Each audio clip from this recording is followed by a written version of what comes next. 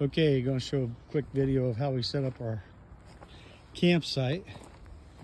We stretch this tie down wire through here after moving the table to hold our door of our fly, and then we couldn't nail down the front of the tents or the sides because they put rock under the campsite area. But in the back, we went far enough back to where we could stake down the back of our tent. We could stake this down, but we're lazy. Didn't stake down the side because there's rock in there. And then I rolled up this side to keep a vestibule under here to put our boots and such in. And that's our entryway. Now I'll show you. Oh, there's Debbie. She's Need my pillow. got a pillow, which is what? It's got my vest and all of our bags of all of our stuff, plus my rain gear jacket. There's the bikes. Good bike, bad bike. Okay, so let's go inside. I'll show you our sleep system, which is pretty cool, I think. I hope it works. Surprisingly well. Let's open up the tent. All right, we're moving out. And what we've done, we tied up the only poncho liner that we have, tied it off on the end so it just hangs over us or lays over us, and you can't kick it off because it's tied here, here, and here, and up front it's tied here and back up here. I hope you see that. I can't see what the phone's seeing, but underneath these we can always untie the ends here, which we may end up doing because we have our Shimbui.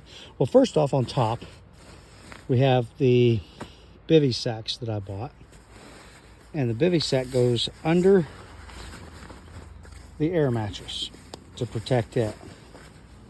So the air mattress goes inside the bivy sack, and then on that we have our sleeping bag, which is actually a fleece liner each, and then a sleeping bag liner inside of that, which you just crawl into the sleeping bag liner and you're in the what we call our sleeping bag. And then over that we have our Shimbui slash pillow slash hammock slash blanket over top, and that gives you an extra 10 degrees, at least 5 or 10 degrees of warmth. So you've got your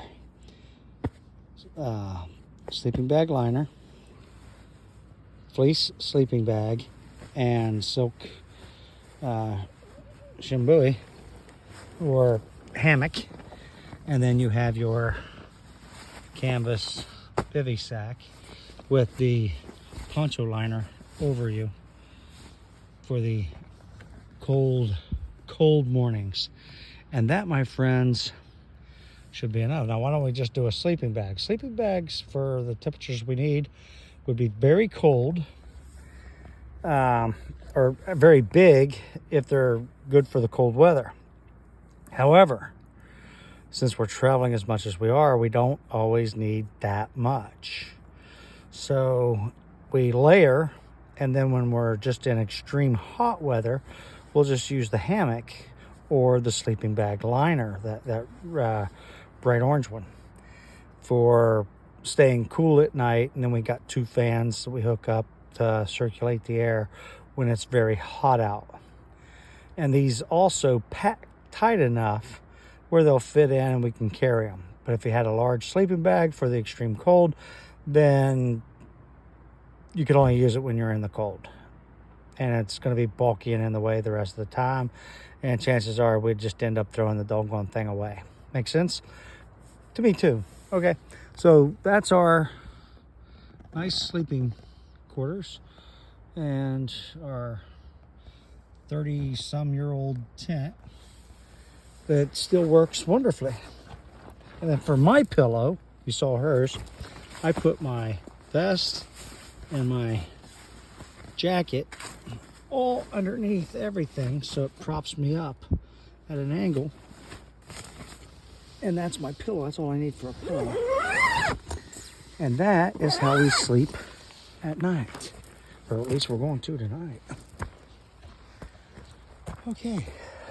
If you have any comments or questions, let us know.